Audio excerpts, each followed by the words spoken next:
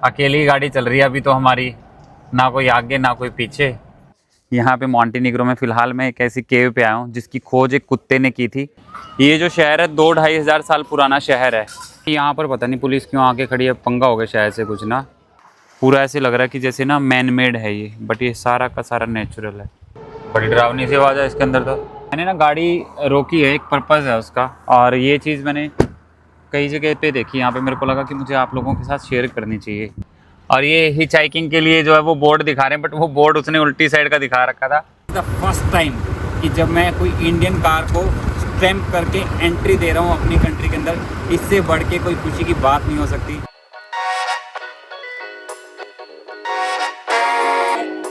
हाँ जी, राम राम जी सभी को। मनोन मैप में आप सबका स्वागत है भाई। फ़िलहाल हम लोग जो मॉन्टेनिग्रो की कैपिटल पोडगोरिका में हैं, और हम लोगों ने कल यहाँ पे एक्सप्लोर किया, घूमे, क्योंकि छोटी सी ही सिटीज़ हैं, मतलब कंट्री छोटी। यहाँ पे लगा के चलो कि भाई जिसकी पॉपुलेशन ही सिर्फ 6 लाख के आसपास है, तो कितनी बड़ी कंट्री वो होंगी, है ना। तो हम लोगों ने, और रिसेंटली डेवलप हुई है 2006 के अंदर, और हम लोग यहाँ पे घूमे पोडगोरिका में। और आज हम लोगों ने एक नई सिटी में जाने का प्रोग्राम किया है। मॉन्टेनिग्रो की ही सिटी जो है वो दूसरी रहेगी, और बुधवा है उस सिटी का नाम। बुधवा में हम लोग जाएंगे, वो सी एरिया रहने वाला है। और गाड़ी हमने अपनी स्टार्ट कर ली है, गाड़ी स्टार्ट हो चुकी है अपनी। और यहाँ पे काले काले अंगूर हमने कोई भी तोड़ा नहीं है, क्योंकि पता क्यों नहीं तोड़ा, वहाँ ताई बैठी है वो देखो। अच्छा चली गई अभी तो ताई ना अंदर, कोई बात नहीं यार, फिर भी तोड़ने बनते नहीं है। हम कौन सा वो है, मन तो करता है सबका, हम जैसे मर्जी हो। मतलब बचपन याद आता है कि यहाँ ऐसे पड़ोसियों की दीवारों पे चढ़ के जब तोड़ा करते थे, खाया करते थे उन्हें। तो चलो यार निकलते हैं यहाँ पे, यहाँ से निकलते हैं बुधवा के लिए।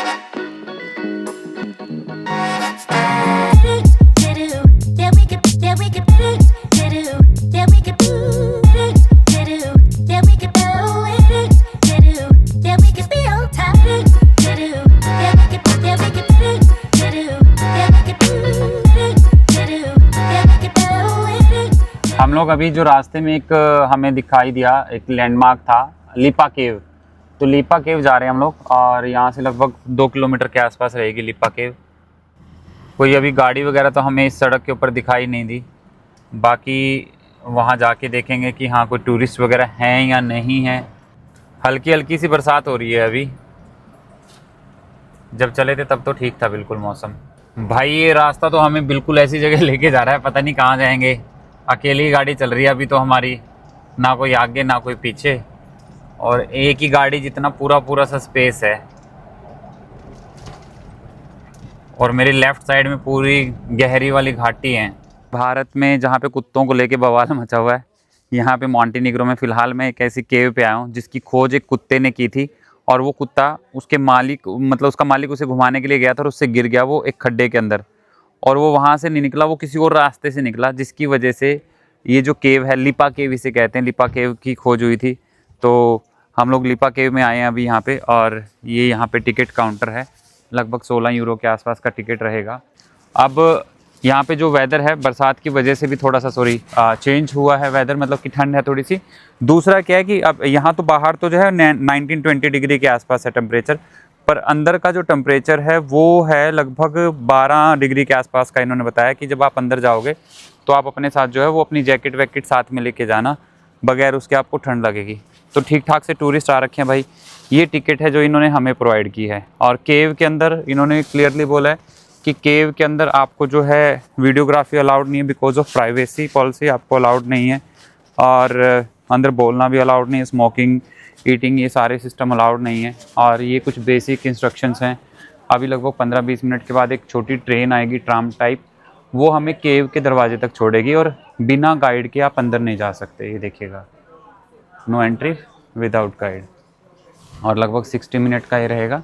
यहाँ पे कैफ़े हाउस बना हुआ है, आप बैठ के इत्मीनान से जो है अपनी कॉफ़ी वगैरह एंजॉय कर सकते हैं जब तक आपकी गाड़ी नहीं आती, या फिर गाड़ी आने के बाद भी आपका रुक के जाने का मन है तो आप रुक के जा सकते हैं। चारों तरफ का व्यू बहुत अच्छा है यहाँ से, और रेन होने की वजह से आप यूँ कह सकते हैं कि अदरवाइज डस्ट तो देखो ये वैसे भी नहीं है इन यूरोपियन कंट्रीज़ के अंदर ना, कि डस्ट वगैरह का कोई सीन हो, डस्ट तो नहीं है यहाँ पे। बट रेन आने के बाद ना एयर में फ्रेशनेस सी आ जाती है। और रास्ता जो आपने देख ही लिया, रास्ता एक इतना सा एवरेज सा रास्ता है कि एक ही गाड़ी निकल सकती है जस्ट यहाँ से। और ये कम्प्लीटली हिली सा एरिया है। ये इस तरीके की ट्रेन है जो हमें केव की तरफ लेके जाएगी।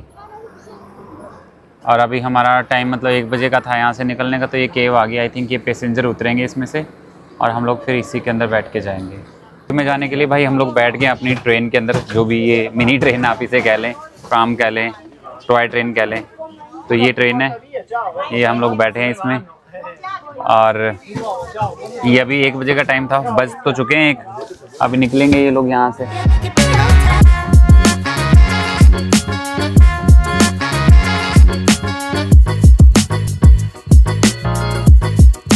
पहुँच गए भाई केव पे ना। और इसके बाद जो है वीडियोग्राफी अलाउड नहीं है, पिक्चर्स ले सकते हैं हम सिर्फ। और ये वो ट्रेन है जिसके अंदर हम लोग आए हैं। और ये यहाँ पे हमारे गाइड हैं जो हमें अंदर लेके जाएंगे। अभी इंस्ट्रक्शंस देंगे कि आप ये नहीं कर सकते, अंदर ये नहीं कर सकते। 1 hour later. हम अंदर केव से होके आ गए और अंदर वाकई में ठंड थी यार।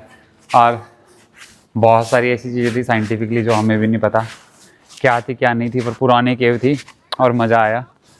अब ये ट्रेन तैयार खड़ी है, इसमें बैठेंगे और निकल पड़ेंगे। अपनी गाड़ी भी उठाएंगे।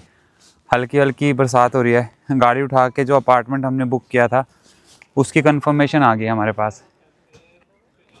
बाहर आती भाई टेम्परेचर में बहुत फ़र्क है। केव से घूम के आने के बाद हम लोगों ने अपने अपार्टमेंट की लोकेशन जो है अभी डाल ली है अपने नेविगेटर में। और लगभग भाई यहाँ से ना 45 मिनट के आसपास का टाइम लगेगा वहाँ तक जाने के लिए।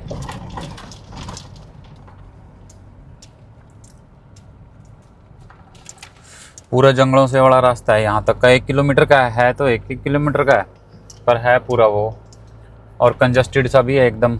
अगर कोई व्हीकल आ गया आगे से, यहाँ पे थोड़ी सी खुली होगी सड़क, नीचे वाले में थोड़ी ज़्यादा कंजस्टेड थी। भाई केव से ना निकलने के बाद हमने गाड़ी अपनी साइड में रोकी है। और ये एक इंटरेस्टिंग सी इन्फॉर्मेशन है जो मुझे लगा कि आपके साथ शेयर करनी चाहिए। ये यहाँ की पुरानी कैपिटल है। हम लोग पोर्ट गोरिका में थे, वो नई कैपिटल है यहाँ की। और ये यहाँ की जो ओल्डेस्ट कैपिटल थी ये हुआ करती थी। आप देख लो कि ये कितनी बड़ी है, पहाड़ों के बीच में ये इस तरीके से बसी हुई है ये कैपिटल। और चैतन्य है करके नाम है इसका, चैतन्य। नीचे लिख भी देंगे भाई हम ना यहाँ, क्योंकि कुछ अक्षरों को कुछ और तरीके से पढ़ते हैं, कुछ और लिखे होते हैं। वहाँ पे चैतन्य है इस कैपिटल का नाम। और ये हमने अपनी हाइलैक्स जो है वो सड़क पे खड़ी की हुई है।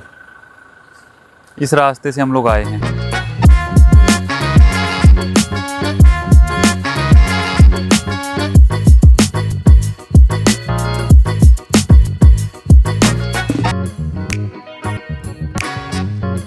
तो भाई सिटी की ना एक अलग ही फीलिंग है, क्योंकि सारा एरिया जो है यहाँ पे सी वाला एरिया लग रहा है। और बाहर के नंबर की गाड़ियाँ और दुनिया भर का, मतलब कि आप यूँ कहें कि ऐसा लग रहा है कि पता नहीं कहाँ कहाँ से लोग आए हुए हैं घूमने के लिए।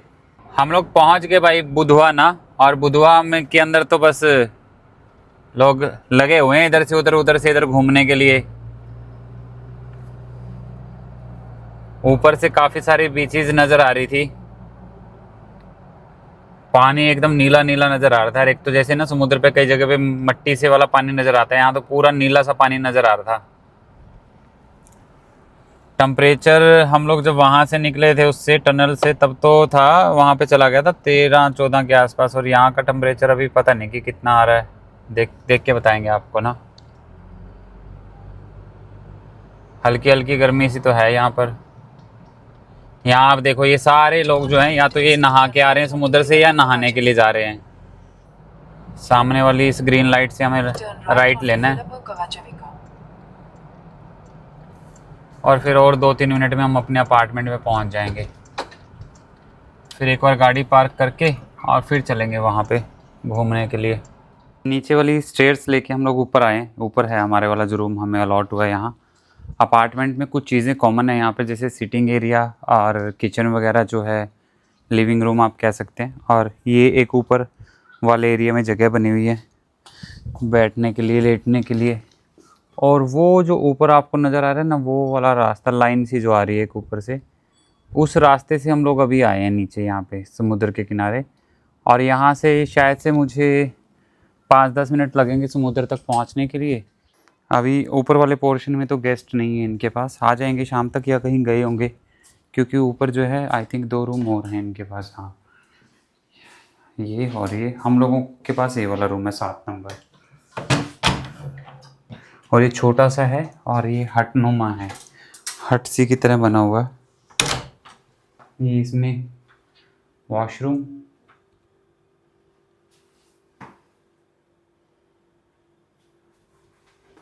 और ये सामान रखने के लिए प्लस शक्लें देखने के लिए। डाइनिंग भी आ गया इसके अंदर ही, डाइनिंग कह लो कुछ भी कह लो। कॉर्नर में एक छोटा सा फ्रिज, बाहर बालकोनी का व्यू, और एसी लगा हुआ है यहाँ पे, ये ठीक बात है। और ये हमने अपने अभी सामान रख दिए, सेपरेट सेपरेट बेड है हमारा यहाँ पे। तो भाई निकल पड़े अभी ना, हम लोग जा रहे हैं समुद्र पे जाएंगे, और नहाने से क्या हालात दिखे तो नहा भी लेंगे, नहीं तो गेड़ी तो मार के आ ही जाएंगे अभी। और ये रास्ता है जहाँ से हम लोगों को जाना है, इसी रास्ते से हम लोग अपनी गाड़ी लेके आए थे आते टाइम। हम लोग जैसे जैसे बीच की तरफ जा रहे हैं तो ऐसे ऐसे ऑप्शन जो है वो मिल रहे हैं कि टी शर्ट जो है सिर्फ 10 यूरो में, नाइकी का ब्रांड दिया हुआ, भाई आप समझ जाओ कि हाँ कैसी होगी। पर्स वगैरह, टी शर्ट्स वगैरह, स्पोर्ट टी शर्ट्स, निकर वगैरह नहाने के लिए, कैप, काफ़ी सारी चीज़ें हैं इधर। मार्केट है एक प्रॉपर, और आप जैसे यूँ कह सकते हैं कि जैसे जो कोई ब्रांड वाली वो नहीं मिलेगी, बट ये है कि हाँ ठीक है, आपको बीच के हिसाब से सही मिल जाएगी आपको चीज़ें। ये देखो कितनी सारी टी शर्ट्स वगैरह की दुकानें हैं यहाँ पे 10-10 यूरो में, क्योंकि कम्पिटिटिव प्राइस है तो भाई फिर वो 10-10 यूरो में दे रहे हैं।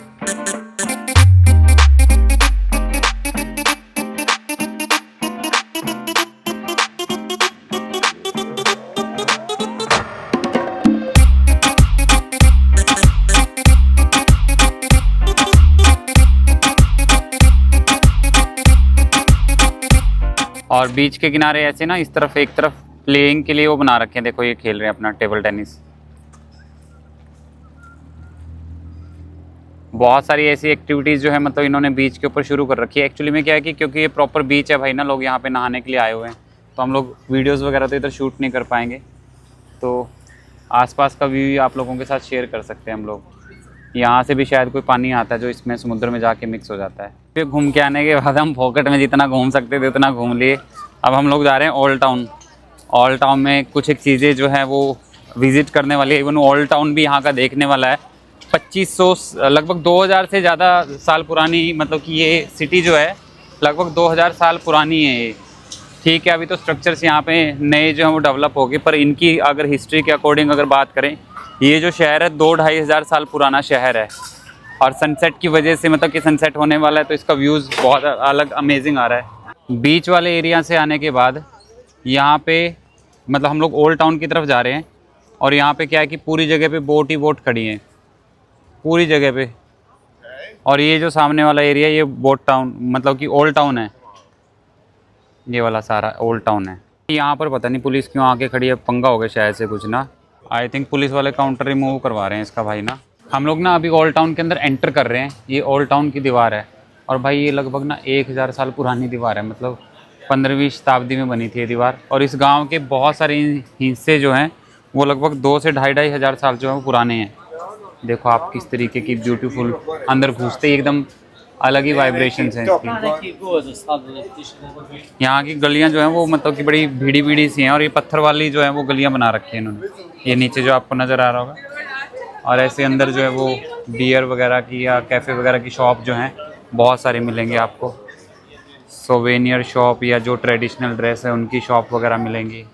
एक्चुअली में क्या है कि क्योंकि ये समुद्र के किनारे था तो यहाँ से ये अपनी सिटी की निगरानी भी रखा करते थे। ऊपर एक किला भी है पुराना। हम लोग ओल्ड टाउन में वॉकिंग करते करते जो एक स्क्वायर पे पहुँचे हैं, और यहाँ पे जो है एक पुरानी चर्च है, और इस तरफ भी एक चर्च है, मतलब कि यहाँ पे 2 चर्च है, और यहाँ पे लिखा भी हुआ है कि ये चर्च कितनी पुरानी है। और इसी चर्च के साथ में जो है यहाँ पे ऊपर एक ओल्ड, आप ये कह सकते हैं कि घंटा घर है यहाँ का, इनका ये क्लॉक टावर कह सकते हैं। ये रहा, इसका यहाँ से व्यू सही नहीं आएगा क्योंकि जस्ट मैं बिल्कुल उसके नीचे खड़ा हूँ। पर भाई ये बहुत पुराने हैं, ये जो बिल्डिंगें हैं यहाँ पर ये बहुत पुरानी हैं। सोवेनियर की शॉप पे हम लोगों ने ना कोई सोवेनियर फाइनल किए हैं और 2.5 यूरो के मिल गए हमें ना, हैं अच्छे हैं।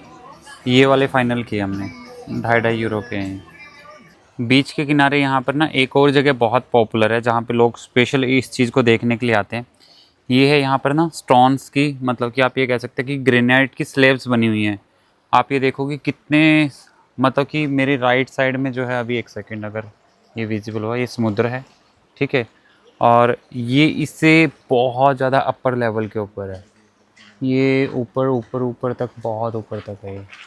तो आप मतलब कि आप ये देखो कि जब ये बनी होगी तो ये समुद्र कहाँ तक होगा, है ना, क्योंकि ये पानी की साथ में ही मतलब कि ये अपनी एज को रिप्रेजेंट करती है। एक एक जो है देखो ये लेयर ऐसे लग रही है कि जैसे ना अंदर मतलब किसी ने ठूंस रखी हो, अंदर डाल रखी हो किसी ने। बहुत ही अमेजिंग है यार। हम लोग ना दिन में आते तो यहाँ इसका और बहुत अच्छा व्यू आता। पूरा ऐसे लग रहा है कि जैसे ना मैन मेड है ये, बट ये सारा का सारा नेचुरल है। पूरे पहाड़ है यहाँ पर, ऐसे स्पेशली लोग इसको देखने के लिए आते हैं। ये आगे वाला भी जोन जो है ये इसी तरीके का है। The next day. आज मॉन्टेनिग्रो को बाय बाय बोल देंगे और हम अपनी अगली जो कंट्री रहने वाली है, बोस्निया एंड हर्जेगोविना करके कुछ नाम आता है, बोस्निया के अंदर हम लोग एंटर कर जाएंगे। और अभी हम लोग अपने अपार्टमेंट के नीचे वाली जहाँ पे हमने गाड़ी पार्किंग में लगाई थी वहीं पे खड़े हैं और ये यहाँ से कुछ ऐसा ओवरव्यू नज़र आता है। और अपनी गाड़ी जो है हमने स्टार्ट कर दी है, 2-4 मिनट गाड़ी को स्टार्ट छोड़ेंगे और उसके बाद फिर निकल पड़ेंगे यहाँ से। ये ऊपर इस वाली बिल्डिंग में जो थे वो अपार्टमेनी लिखा हो ना, अपार्टमानी, हाँ उस वाली बिल्डिंग, ये दोनों कलेक्टिव ही हैं बिल्डिंग्स। इनमें था हमारे वाला जो अपार्टमेंट हमने लिया हुआ था। हम लोग पहले जिस रास्ते पे निकले थे उस पर हमें हाईवे दिखा रहा था, बट 18 मिनट डिले दिखा रहा था, बीच में कहीं कंस्ट्रक्शन की वजह से जाम लगा हुआ था भाई।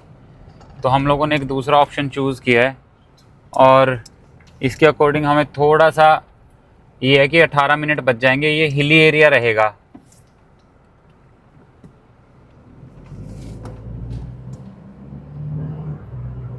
है सिंगल सा ही रास्ता ये, पर निकल जाएंगे आराम आराम से चलेंगे तो।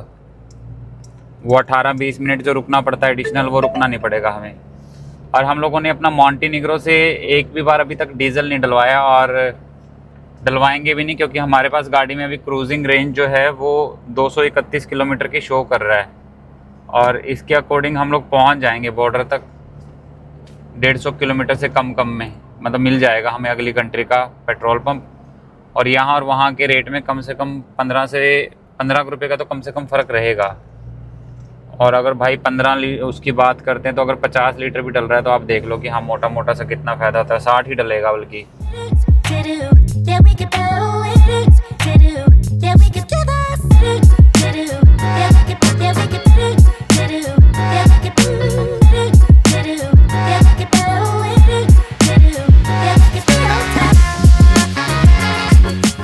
तो भाई प्रॉपर तरीके से आप यूँ कह सकते हैं कि पूरा इंटीरियर एरिया में भेज रखा है इसने हमें, वो जाम से बचाने के चक्कर में, 18 मिनट बचाने के चक्कर में।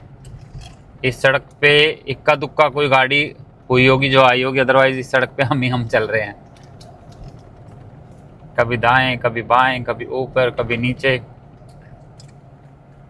अपने व्हीकल का ये तो सुख होता भाई, जहाँ से समझ में आए वहाँ से निकाल दो, जहाँ मन करे रुक के देखने का वहाँ रुक के देख लो।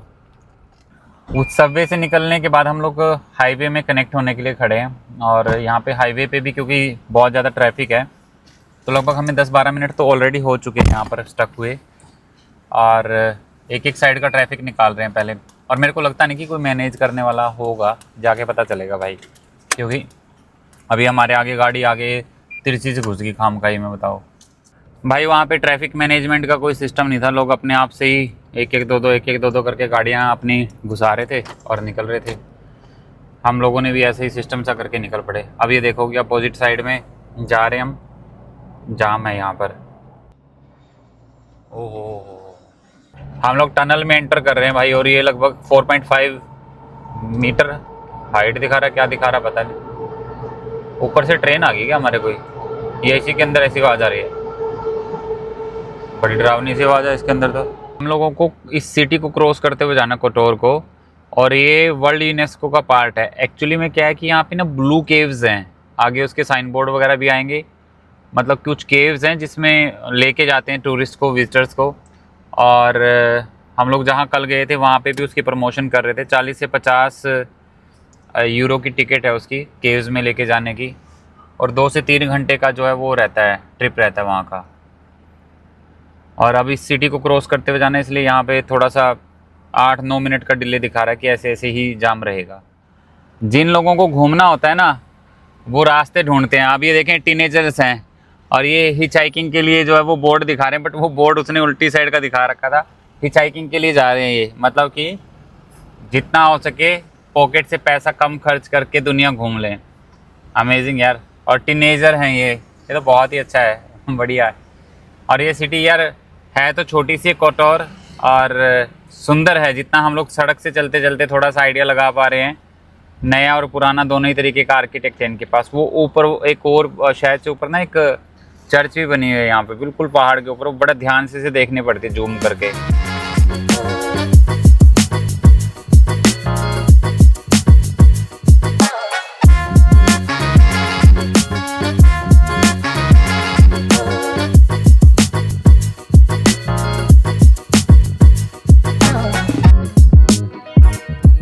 हम लोग ना एक बहुत ही अमेजिंग व्यू पॉइंट के ऊपर रुके हैं और ऐसा नज़ारा मैंने तो मेरी ज़िंदगी में कभी देखा नहीं। पहली बार देख रहा हूँ यार ऐसा सीन। तो मैं ना, ठीक है, कई कंट्रीज़ में जाते हैं, अलग अलग एक्सपीरियंस होते हैं, पर नीला पानी, ओहो हो, क्या बेहतरीन नज़ारा है यार। नीचे के पत्थर तक नज़र आ रहे हैं, पानी इतना साफ़ है। और ये इधर बने हुए घर पहाड़ों के बीच में ही है, मतलब ये सारा एरिया। वो अपनी उधर हाइलेक्स खड़ी है और इस तरफ भी पहाड़ है। अगले 10 से 15 मिनट में हम लोग जो है वो बोस्निया के बॉर्डर पे पहुंच जाएंगे। और ये जो कम्प्लीटली बॉर्डर एरिया या जिस रास्ते से हम होते हुए आए हैं, ये पूरा हिल वाला रास्ता रहा, मतलब कि अप एंड डाउन ऐसा रहा सारा रास्ता। और ओके, आगे स्कूल का वो आ रहा है। और जहाँ पे भी स्कूल का साइन आता है, यहाँ पे नीचे सड़क के ऊपर भी लिखा होता है ये स्कूल गया, आई थिंक मेरी राइट साइड में, आइडिया नहीं है। और स्पीड लिमिट का स्पेशली मेंशन किया जाता है कि आपको एकदम स्लो चलना है यहाँ पर। ये देखिए यहाँ पे भी नीचे भी अभी स्कूला लिखा आ रहा है, तो इसका मतलब यहाँ पे स्कूल था। अब वो देखो मेरे साथ वाला जो है वो ओवरटेक करके गया, उनको पता होगा मे बी यहाँ पे अभी है या नहीं है स्कूल, वो ओवरटेक कर गया। हम लोग भाई पहुँच गए हैं बोस्निया एंड हर्जेगोविना के बॉर्डर के ऊपर। और यहाँ पे लाइन लगी हुई है आगे, ज़्यादा बड़ी तो नहीं लाइन, आप ये कह सकते हैं कि लगभग 500 मीटर की लाइन है। वाइट वाला जो पोर्शन नज़र आ रहा है, हमारे हिसाब से वो बॉर्डर होना चाहिए। और यहाँ की वीज़ा रिक्वायरमेंट, अगर मैं बोस्निया की बात करूँ, तो अगर आपके पास शेंगन वैलिड वीज़ा है तो आपको वीज़ा ऑन अराइवल, मतलब कि एंट्री मिल जाती है आपकी शेंगन वैलिड वीज़ा के ऊपर आपको। हमारे सामने से ये जो गाड़ी आ रही है, ये आ रही है अपना बोस्निया से। ये जो सामने लाइन लगी हुई है, ये बोस्निया से आ रही है सारी गाड़ियाँ। और ट्रक जो हैं वो इस तरफ से आ रहे हैं, ये ट्रकों के आने का रास्ता है। ये अपना पूरा कस्टम क्लियरेंस वगैरह करके आ रहे होंगे, जैसे हमारी तरफ से जाने वाले ट्रकों की लाइन इधर लगी हुई है।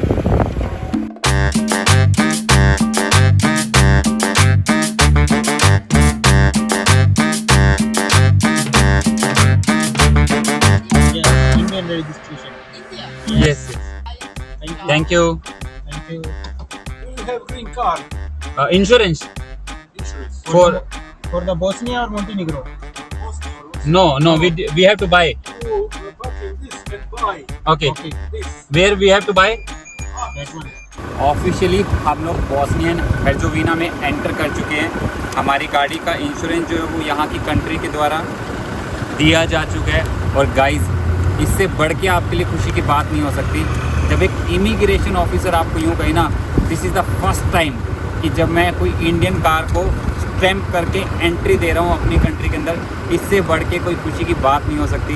हमारी हाइलेक्स उस ऑफिसर के पास पहली इंडियन गाड़ी हो जो इस बॉर्डर से एंटर करे। बट मुझे जितना यार मैं खुश हूँ बहुत ज़्यादा कि हम लोग फाइनली अपनी नेक्स्ट कंट्री के अंदर एंटर कर चुके हैं। हमारे जो पीछे नज़र आ रहा है आपको, ये मॉन्टेनेग्रो बोस्नियन हर्जेगोविना का बॉर्डर है। It's amazing. इंश्योरेंस हाथ में है, पासपोर्ट के ऊपर स्टैंप लग चुकी है। मॉन्टेनिग्रो वालों ने एग्जिट की स्टैंप नहीं मारी, उनका ऑनलाइन सिस्टम रहता है। इन्होंने सिर्फ एंट्री वाली स्टैंप मारी है, मॉन्टेनिग्रो वाले ने एग्जिट की स्टैंप नहीं मारी। बोस्निया के अंदर हमारी गाड़ी में पहला डीजल डलने वाला है। हम लोगों ने मॉन्टेनिग्रो के अंदर अपना डीजल नहीं डलवाया था, कारण क्या था कि वहाँ पे प्राइस जो थे इसके कंपैरिजन में ज़्यादा थे।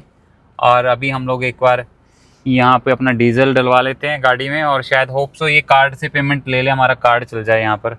हमारी गाड़ी में जो डीजल डला है भाई, वो आप देख लेना कि हाँ लगभग 62 लीटर के आसपास डीजल आया हमारी गाड़ी में। और अभी गाड़ी साइड में खड़ी कर देते हैं ताकि पीछे वाली गाड़ी वाला डीजल डलवा सके।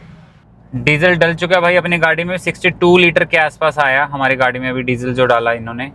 और अप्रॉक्सीमेटली 1.2 यूरो के आसपास पड़ा हमें ये। और पीछे जो मॉन्टेनिग्रो में था यही डीजल 1.35 से अबाव था, शायद 1.35 या फिर 1.4 के आसपास था। तो 20 सेंट का मतलब सीधे सीधे से 20 रुपये कम हो गए हमारे यहाँ आने के बाद, सीधे सीधे से 1 लीटर के ऊपर। और अगर 60 लीटर डलवाया हमने तो 1200-1300 रुपये का फ़ायदा मोटा मोटा सा होता है एक सीधी सी कैलकुलेशन में। तो भाई ये जंगलों से भरा रास्ता है, जैसे आप आ जाते हैं ना कहीं पहाड़ी सी एरिया में, वो वाला हिसाब है यहाँ। सड़कें ये वाली ठीक है, पीछे वाले पैचेस एवरेज से थे, खड्डे खड्डे से थे थोड़े थोड़े से। और अगेन ये पूरा रास्ता जो जाएगा हमें जहाँ पे जाना है यहाँ की कैपिटल तक, तो वो हिली सा एरिया रहेगा। 50-60 के बीच की एवरेज बताई है इन्होंने हमें, गूगल ने, सॉरी इन्होंने नहीं। और हर कंट्री में एंट्री के समय पे ना विंटर टायर के लिए नोटिफिकेशन लगा होता है। मेरे से ना पहले भी क्रॉस हो गया, वो पढ़ना नहीं याद रहा, आप लोगों के साथ शेयर करना नहीं याद रहा। इन कंट्रीज़ का रूल होता है, अगर आप सड़क के ऊपर चल रहे हैं विंटर्स में, अब ये नवंबर से शुरू होता है, पता नहीं, देखेंगे एक बार बोर्ड कहीं दिखा तो मैं कोशिश करूँगा कि याद रह जाए मुझे ना, तो उसमें डेट आ जाएगी, आपको पता चल जाएगा कि हाँ विंटर टायर अगर नहीं होंगे, आप अपनी गाड़ी ड्राइव करें तो आपका चालान कट जाएगा अच्छा खासा। पर हम लोगों को रिक्वायरमेंट नहीं है, क्योंकि हम इनके विंटर सीजन से पहले ही एग्जिट हो जाएंगे यहाँ से, पूरे यूरोप की अगर हम बात करें। अगर यहाँ पे विंटर सीजन के बारे में लिखा हुआ है तो इसका मतलब यही है कि भाई यहाँ पे बर्फ़ पड़ती होगी ठीक ठाक, तभी रखा हुआ है इन्होंने, लिखा हुआ है। मैंने ना गाड़ी रोकी है, एक पर्पज़ है उसका, और ये चीज़ मैंने कई जगह पे देखी। यहाँ पे मेरे को लगा कि मुझे आप लोगों के साथ शेयर करनी चाहिए। ये एक नई सी चीज़ है, जैसे हम लोग ना किसी के मरने के बाद उसका संस्कार कर देते हैं, घर के अंदर फ़ोटो लगाते हैं, पर यहाँ पे यार ये नई चीज़ देखी मैंने।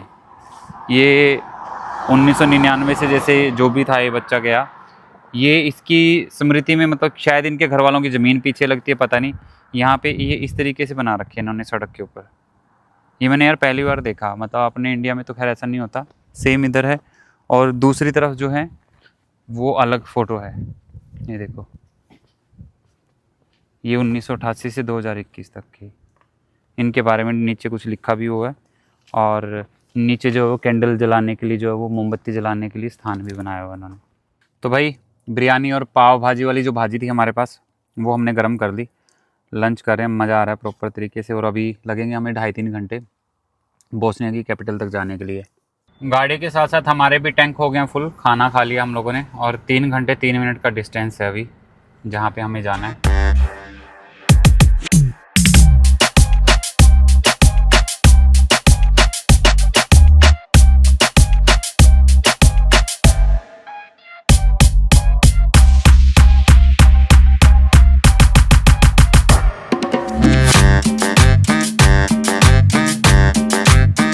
हमारे इस रूट पे छोटे छोटे से गांव आ रहे हैं, और सारे एकदम इतना अट्रैक्ट करते हैं कि हाँ हम अपनी गाड़ी स्लो करके बस देखते रहे उनको।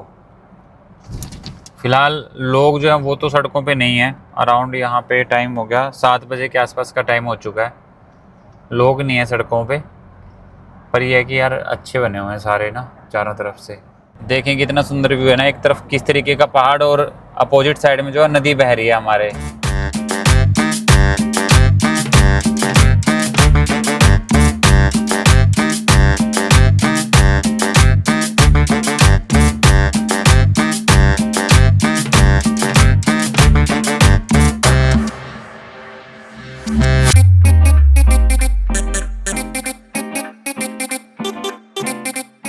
हम लोग भाई ना नीचे गाड़ी खड़ी करके अपनी ऊपर मॉल में आए हैं, मॉल कह लो आप या मार्केट कह लो।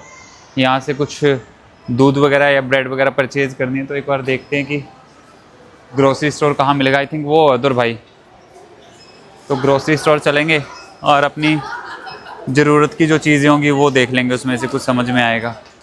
यहाँ मूंगफलियाँ भी देखो भाई कितनी महंगी महंगी हैं। ये छोटा सा पैकेट है मूंगफली का, इतना सा, और ये यहाँ के 1.8 का है। मतलब कि मोटा मोटा सा आप ये मान लो कि 200 रुपये 100 रुपये के आसपास का है। इनका 1 रुपया अपने वहाँ 50 रुपये के आसपास है, राउंड फिगर से की बात करें, थोड़ा बहुत ऊपर नीचे होगा। 200 रुपये की इतनी सी मूंगफली आ रही है, वहाँ 20 रुपये मैक्सिमम में आ जाती। ब्रांड का तो देखो फ़र्क होगा ही, पर महंगाई का भी फ़र्क देख लो आप कितना है भाई। ब्रेडें भी यहाँ पे आप ये देख लो कि 3 उसकी है ये, मतलब कि लगभग 200 रुपये की है ब्रेड। ये वाली 2.45 की है, 100-125 रुपये के आसपास की ये वाली ब्रेड है, जो अपने वहाँ पे 30-40 की मिल जाती है। ये थोड़ी सी बड़ी है, ये 150 रुपये की लगा लो आप। इस मॉल में भाई ना फल और सब्ज़ी अपने आप से पिक करके परचेज़ करने का ऑप्शन है, और यहाँ पे इनके कोड दिए हुए हैं। कोड डालने के बाद आपको सिर्फ इस पर रखने हैं और ये तोलने हैं, कोड डाल देना है, उसके हिसाब से स्लिप बना के दे देगा। पर मेरे को लगता नहीं अभी ये सिस्टम चल रहा है इनका, क्योंकि अब ये कह रहा है कि हाँ इसमें से देख लो कि ये कौन से वाला है। अब मेरे को जो है, अगर एप्पल का ऑप्शन देखना है तो 4 नंबर वाला ऑप्शन कह रहा है कि दबाओ, तो 4 में क्या आएगा, 4 दबा रहा हूँ मैं, तो 4 में तो भाई एप्पल कहीं आ ही नहीं रहा। हमें तो किसी की हेल्प लेनी पड़ेगी, नहीं तो हम कुछ और ख़रीद देंगे यहाँ से, पेमेंट किसी और चीज़ की कर देंगे। ये वाला सामान तो ले लिया हमने, इसमें दूध और कुछ स्नैक्स वगैरह लिए हैं, ब्रेड ले लिए, और भी कुछ एक आधी चीज़, गाड़ी को वॉश करने का कपड़ा ले लिया, ये बिस्किट लिए हैं भाई। पैसे कितने बनेंगे जब देंगे तब देखेंगे टोटल करके। ये सर हमारी मदद कर रहे हैं, और यहाँ पे अपने आप ही फ्रूट जैसे परचेज़ करते हैं ना, आपको सिर्फ ये कोड देखना है इसका, ये वाला कोड, और वो उसमें मशीन में डाल देना है। पर इसका कोड उठा ही नहीं रहा, तो यार हमारी ना फल ख़रीदने वाली बात बन नहीं पा रही। ट्राई कर रहे हैं हम भी, और वो सर भी ट्राई कर रहे हैं हमारी हेल्प करने की। बाकी फ्रूट्स यार हमारे को यहाँ पे ठीक लगे, सस्ते ही हैं। जैसे 5 का है तो 250 रुपये किलो हो गए। ये आड़ू, मोटे मोटे आड़ू हैं, सही, और ये सस्ता है, निकल गई, ये सस्ता है भाई यहाँ पे ना। ये देखो ये है लगभग आपका कितने का बोलेंगे, 25 रुपये किलो के आसपास है भाई ये ना तरबूज। भाई हमने 250-300 रुपये किलो देख लिया, ये सस्ता है यहाँ पे। ये तरबूज लिया हमने, और इसको कैसे इसके लिए कैसे हमें ना अपने आप से वो करना है, इसका वेट वगैरह, इसका कॉस्ट कितना बैठा, एक लाइव डेमो कर देते हैं हम आप लोगों के लिए, हमें भी रिपीटेशन हो जाएगा। अभी ये रख दिया हमने, इसका कोड अपने आप आ गया यहाँ पे 20, तो 20 को सिलेक्ट करेंगे हम। इसका वेट ये ऊपर आ रहा है यहाँ पे 2782, और जैसे ही इसको हम स्टैंप के ऊपर क्लिक करेंगे, नीचे पर्ची आ गई इसकी बिंगो की, ये पर्ची हम इसके ऊपर चिपका देंगे, और वो जब बाहर जाएंगे इसके QR कोड से इसकी पेमेंट जो है वो डन हो जाएगी हमारे बिल के अंदर। तो भाई ये हम लोग पे करेंगे अभी अपने, उसका खुल गया था, फ्री वाला है, रहने दे भाई। ये मतलब कि कुछ देर के लिए फ्री होगा, उसके बाद पेड होगा मेरे ख्याल से, क्योंकि इसने नंबर स्कैन किया और अपने आप ही फिर बैरिकेडिंग ओपन होगी, वो तो आपने देख ही लिया। तो को पैसा वैसा नहीं लगा हमारा कुछ ना इस चीज़ के ऊपर। तो भाई हम लोग पहुंच गए यहाँ पे ना सिटी सेंटर में, जहाँ पे अपार्टमेंट हमारा है। अभी यहाँ से 4 किलोमीटर लगेंगे अभी हमें ना, 5-10 मिनट और। यहाँ भाई काफ़ी ऊंची नीची, मतलब कि सड़कें या गलियाँ आप कह लो कि बहुत ऊंची नीची है। काफ़ी मशक्क़त के बाद मतलब हमें ना गाड़ी को पार्क करने की जगह सही से मिल पाई। तो ये अपार्टमेंट का टूर है जो मैं आपको करवा देता हूँ। और मतलब सिटी हमें समझ में आ गई कि भाई क्राउडी सिटी है, क्राउड है काफ़ी ठीक ठाक सा यहाँ पे। और ये अपार्टमेंट है जो हम लोगों ने बुक किया है। आज और कल हम लोग यहीं रहने वाले हैं। आज तो रात होएगी, लगभग रात के 9:30-10 बजे के आसपास का टाइम हो रखा है। ये सोफ़ा कम बेड भी है इसमें, और ये सोफ़ा एक इधर, ये टीवी, वैसे कहीं देखने का समय नहीं मिलता, और ये एक बेड। तो ये मतलब कि ठीक ठाक सा स्पेस है, एक कॉम्पैक्ट। और ये इधर भी जो है वो बैठने की जगह है खुले में। सुबह इधर का बाहर का व्यू देख लेंगे हम लोग आपके साथ, यहीं से देख लेते हैं। गाड़ियाँ खड़ी, हमारी इससे नीचे वाली जगह पे गाड़ी खड़ी है, और ये कह रहे हैं कि इन्होंने CCTV लगाए हुए हैं, उधर कोई प्रॉब्लम नहीं है। हमें मार्केट से वेज नूडल मिल गए थे, मिले थे मॉन्टेनिग्रो से, हाँ वहाँ से। तो अभी मैगी के पैकेट बना रहे हैं 2, और साथ में अभी जो वाटरमेलन लेके आए थे वो वाला वाटरमेलन। ये आज का डिनर है भाई हमारा ना, वाटरमेलन और मैगी और कुछ उसके बाद अगर जगह रही तो फिर देखेंगे, क्योंकि दूध भी है हमारे पास। कॉफ़ी वॉफ़ी का मन किया तो वो बना देंगे। तो भाई खाना वाना हम लोगों ने खा लिया और अभी इस व्लॉग को यहीं पे ख़त्म करते हैं। मनोन में आपको ढेर सारा प्यार देने के लिए आप सबका दिल से शुक्रिया, और मिलेंगे एक नए ब्लॉग में। तब तक के लिए शुभ रात्रि, बाय बाय।